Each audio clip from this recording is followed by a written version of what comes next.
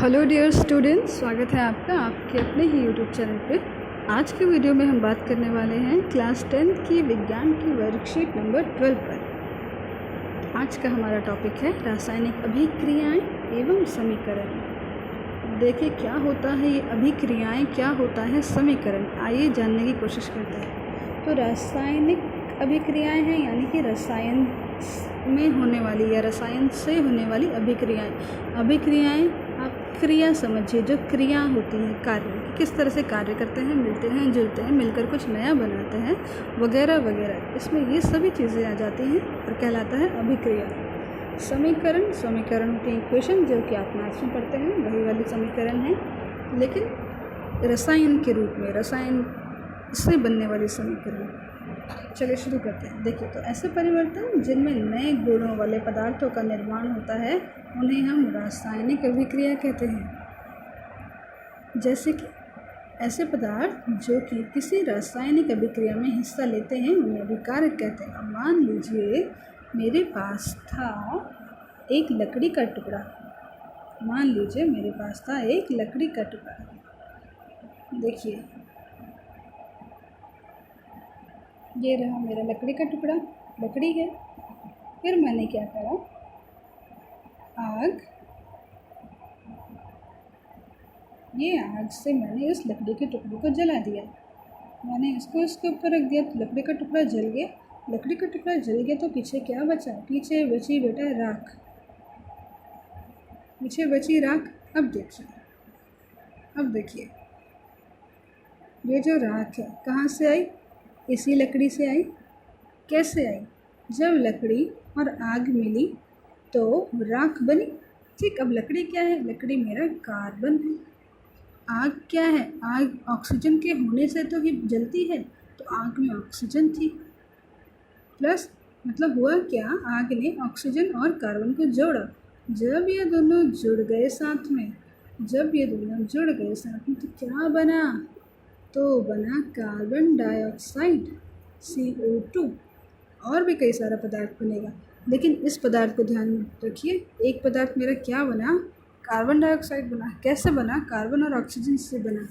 तो क्या जो कार्बन है और जो कार्बन डाइऑक्साइड है ये, और जो ऑक्सीजन है आपका, इन तीनों में से कार्बन डाइऑक्साइड की प्रॉपर्टीज़, कार्बन डाइऑक्साइड के गुण क्या कार्बन या ऑक्सीजन जैसे हैं? बिल्कुल नहीं, ये एक दूसरे से बिल्कुल भिन्न है। तो हम क्या देखते हैं कि कार्बन और ऑक्सीजन के जुड़ने से कार्बन डाइऑक्साइड बन गया, कुछ नया पदार्थ बन गया। तो ये एक अभिक्रिया हुई। हमने देखा ऑक्सीजन और कार्बन के बीच में क्रिया हुई। तो रासायनिक क्रिया होती है तो हम इसे अभिक्रिया बुलाते हैं। तो रासायनिक अभिक्रिया हुई और रासायनिक अभिक्रिया से बन गया हमारा एक नया पदार्थ जिसके गुण बिल्कुल अलग हैं, जो बिल्कुल अलग है। तो ऐसी अभिक्रिया रासायनिक अभिक्रिया कहलाएगी। अब इस रासायनिक अभिक्रिया में जो जो सामान उपयोग हुआ है, अब आप खुद देखिए, दोबारा से साफ लिख लेते हैं। अब आप खुद बताइए हमने क्या क्या वस्तुएं ली थी अभिक्रिया कराने के लिए? लकड़ी ली थी प्लस आग ली थी। लकड़ी से हम क्या ले रहे थे? कार्बन। आग के साथ आ रहा था ऑक्सीजन। बनाया क्या इन दोनों ने मिलकर? Carbon dioxide. तो ये जो हमारी कार्बन है और जो हमारी ऑक्सीजन है, ये दोनों जो मिल रहे हैं अभिक्रिया करने के लिए, इन्हें हम क्या कहेंगे? इन्हें हम कहेंगे अभिकारक। अभिकारक जो अभिक्रिया में हिस्सा लेने वाला पदार्थ है उसे हम अभिकारक कहेंगे। और जो अभिक्रिया के बाद उत्पन्न हो रहा है, जिसका उत्पादन हो रहा है, वह कहलाएगा उत्पाद। जैसा कि आपको वर्कशीट में बताया गया है। देखिए बताया है ना, उत्पाद जिसका निर्माण हुआ वह उत्पाद है। जनरली ऐसा ही तो होता है, जो सामान तैयार की जाती है, जिसका निर्माण होता है, वह उत्पाद ही तो कहलाता है। तो यहाँ पे रासायनिक अभिक्रिया से इस उत्पाद का उत्पादन हो रहा है, तो कार्बन डाइऑक्साइड यहाँ पर हमारा उत्पाद हुआ। आई होप आपको समझ आ गया होगा। देखिए दैनिक जीवन में रासायनिक अभिक्रिया, अब हमारे दैनिक जीवन में, डेली लाइफ में कुछ रासायनिक अभिक्रिया होती हैं, उन पर भी एक नज़र डाल लेते हैं। देखिए किन किन का जिक्र किया गया है। पहला तो बिल्कुल वही आ गया जिस पर हमने चर्चा करी, किसी वस्तु का कोई वस्तु जल रही है यानी कि ऑक्सीजन के साथ मिल रही है, ऑक्सीजन उसमें जुड़ रही है। तो अगर किसी वस्तु में ऑक्सीजन जुड़ रही है यानी कि वो रासायनिक अभिक्रिया कर रही है। इसी तरह जंग लगना, जंग क्या होता है? लोहे से बनता है, लेकिन जंग लोहा नहीं होता, लोहे से अलग होता है। तो यह भी एक रासायनिक अभिक्रिया हुई। इसी तरह से पाचन, पाचन में क्या होता है? ये हमारा आमाशय है, पेट, स्टमक, ये हमारा आमाशय है। यहाँ पे आप देख रहे हैं पाचन हो रहा है, खाना टूट टूट के अलग बन जा रहा है, जैसा हमने खाया था वैसा नहीं रहता, बिल्कुल अलग हो गया, नई चीज़ बन गई। तो ये भी एक रासायनिक अभिक्रिया है। प्रकाश संश्लेषण, पत्तियों में खाने का बनना, जिसमें किसका निर्माण होता है? देखो क्या क्या लगता है, कार्बन डाइऑक्साइड लगती है, कार्बन डाइऑक्साइड लगती है, सनलाइट लगती है, सूर्य का प्रकाश इस्तेमाल होता है, क्लोरोफिल इस्तेमाल होता है, साथ में जल का भी उपयोग होता है। तो ये हुए हमारे अभिकारक। ये अभिकारक मिलके क्या बनाते हैं? ग्लूकोज, यानी C6H12O6। ये आपको याद कर लेना है फॉर्मूला, C6H12O6 ग्लूकोज कहलाता है, ग्लूकोज। तो जब प्रकाश संश्लेषण होते हैं, पौधे अपना खाना बनाते हैं, तो वो ग्लूकोज ही बनाते हैं, यही वाला ग्लूकोज C6H12O6। तो ये हो गए हमारे अभिकारक, ये हो गया हमारा उत्पाद। तो देखिए अभिकारक अलग है, उत्पाद अलग है, तो ये भी एक रासायनिक प्रक्रिया है। नेक्स्ट है बैटरी। बैटरी के अंदर भी केमिकल रिएक्शन चलती है, रासायनिक अभिक्रियाएँ चलती हैं ऊर्जा, एनर्जी, करंट, इलेक्ट्रिसिटी प्रोड्यूस करने के लिए। किण्वन यानी कि फर्मेंटेशन, फर्मेंटेशन में क्या होता है? चीज़ें को सड़ाया गलाया जाता है, तब जाके जो सड़ने गलने के बाद पदार्थ तैयार होता है वो हमारा फर्मेंटेशन, किण्वन के बाद प्राप्त होता है, वो उत्पाद होता है। इसी तरह धुलाई, धुलाई में क्या होता है? हमारे हाथों पे तेल, मैल कुछ लगा है, वो साबुन के साथ अभिक्रिया करके उसको हटा के ले चला जाता है। और आप देखते हैं कुछ एक डर्ट सा नज़र आता है, इसको स्कम बुलाते हैं, जो गाढ़ा सा मैल बन के निकलता है, स्कम, वो उसको आप वापस पहले जैसा नहीं कर सकते। तो ये भी एक रासायनिक प्रक्रिया है। नेक्स्ट बेकिंग, पकाना, इस तरह से पकाना, ये भी एक रासायनिक प्रक्रिया है जो हम डेली लाइफ में ऑब्जर्व करते हैं, अपनाते हैं। रासायनिक अभिक्रिया के प्रेक्षण किस तरह से होंगे? देखिए अब कैसे पता लगेगा हमें कि रासायनिक अभिक्रिया हुई है? यदि कहीं रासायनिक अभिक्रिया हुई तो उसको पहचानने का तरीका है कि आप उस क्रिया में इन 4 बातों को ढूंढिए। किन बातों को? क्या अवस्था में परिवर्तन हुआ है, क्या रंग में परिवर्तन हुआ है, तापमान में परिवर्तन हुआ है, गैस में परिवर्तन हुआ है।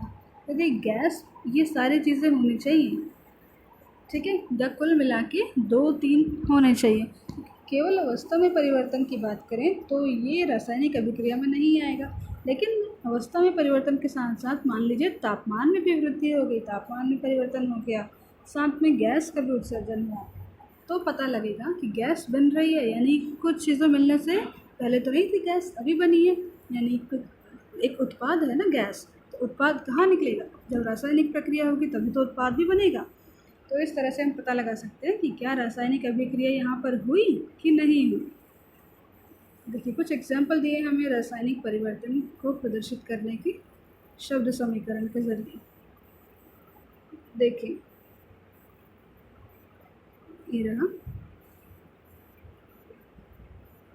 जैसे मैग्नीशियम ऑक्सीजन जुड़ेगा तो क्या बनेगा?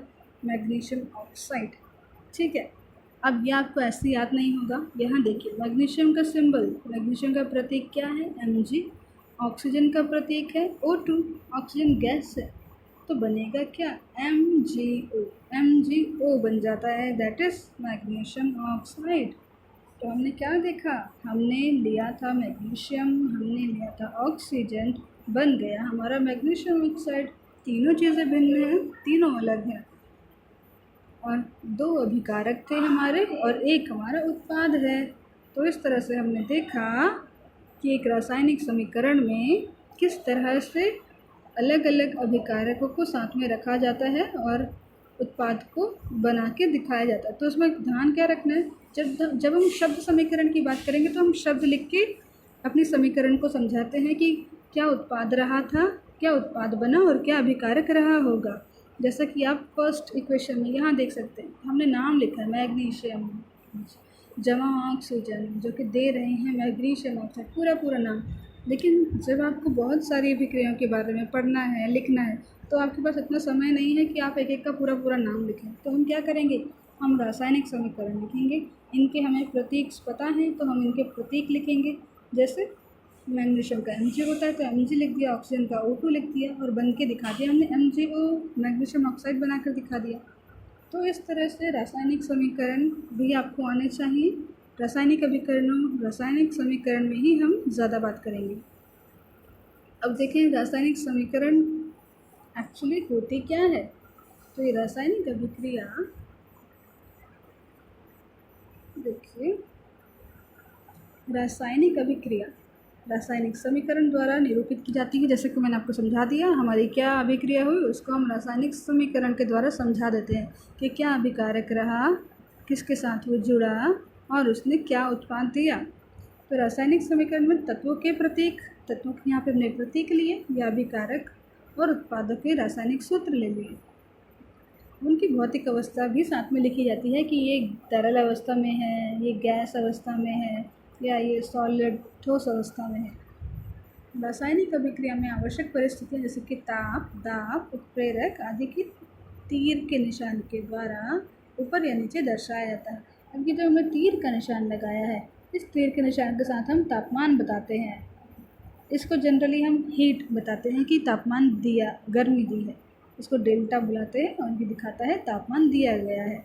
तो यहाँ पे हम लिख देते हैं एरो के साथ, ही जो तीर है ना इसी के ऊपर नीचे लिखते हैं कि हमने इसमें इन अभिकारकों के अलावा इसको और किन चीज़ों की आवश्यकता पड़ी ये वाले समीकरण को होने के लिए, तो वो भी हम यहाँ पे लिखेंगे। उदाहरण देखिए, मैग्नीशियम वायु में गिरकर मैग्नीशियम ऑक्साइड बनाता है, तो वायु से क्या मिल रहा है, ऑक्सीजन मिल रहा है, तो इस तरह से मैग्नीशियम ऑक्साइड बन जाएगा। वर्कशीट हमारी हो गई है, आई होप आपको समझ आ गया होगा। आइए कुछ क्वेश्चंस को डिस्कस कर लेते हैं। हम कैसे कह सकते हैं, देखिए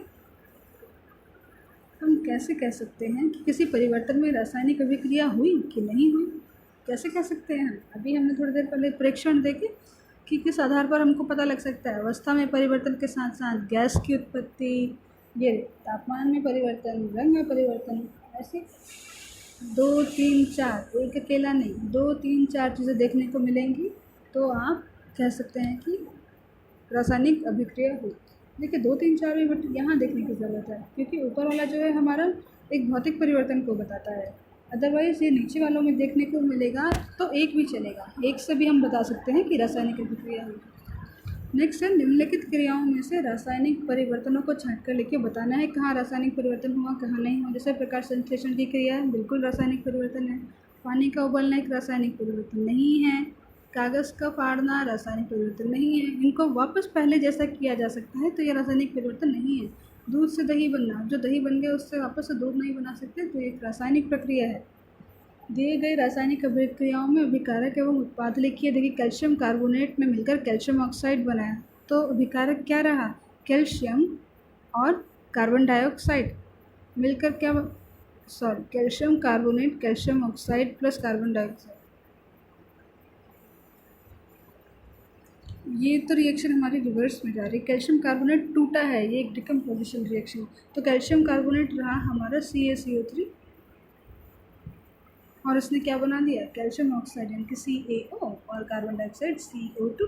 इसी तरह मीथेन यानी कि CH4, ऑक्सीजन O2 क्या बना दिया, कार्बन डाइऑक्साइड यानी कि CO2 और जल H2O। ये आप कर लेंगे।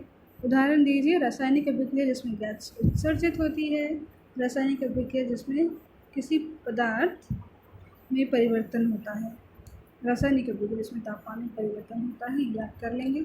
अगर आप नहीं कर पाते हैं तो कमेंट सेक्शन में मुझसे पूछ सकते हैं, बट आई होप आप कर लेंगे।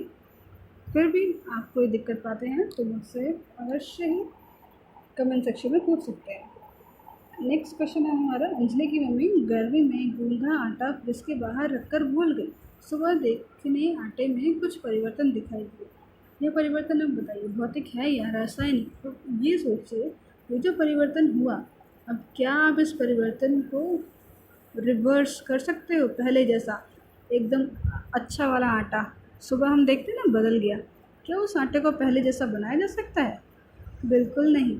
तो पहले जैसा नहीं बना सकते, इसका मतलब रासायनिक अभिक्रिया हो चुकी है और रासायनिक अभिक्रिया को वापस पलटा नहीं जा सकता, उल्टा नहीं कर सकते, यानी कि अब बिल्कुल ठीक नहीं होगा, आटा खराब हो चुका है। तो इस तरह से रासायनिक परिवर्तन वे परिवर्तन होते हैं जो एक बार हो जाता है परिवर्तन, तो उसको वापस पहले जैसा नहीं कर सकते। जैसे कागज़ को फाड़ा तो कागज़ को वापस जोड़ भी तो सकते हो, चिपका सकते हो, एक वापस पहले जैसा दिखेगा। तो ये एक भौतिक परिवर्तन है, लेकिन रासायनिक परिवर्तन में ऐसा कुछ नहीं होता। तो आई होप आपको आज का वीडियो समझ आया होगा, पसंद भी आया होगा। अगर आपको पसंद आता है तो आप कमेंट सेक्शन में कमेंट कर सकते हैं, लाइक बटन प्रेस कर सकते हैं, चैनल को सब्सक्राइब करना ना भूलें अगर आपने अभी तक मेरे चैनल को सब्सक्राइब नहीं किया है। हम मिलेंगे अगली वीडियो में, तब तक के लिए अपना ध्यान रखें। Take care and good bye.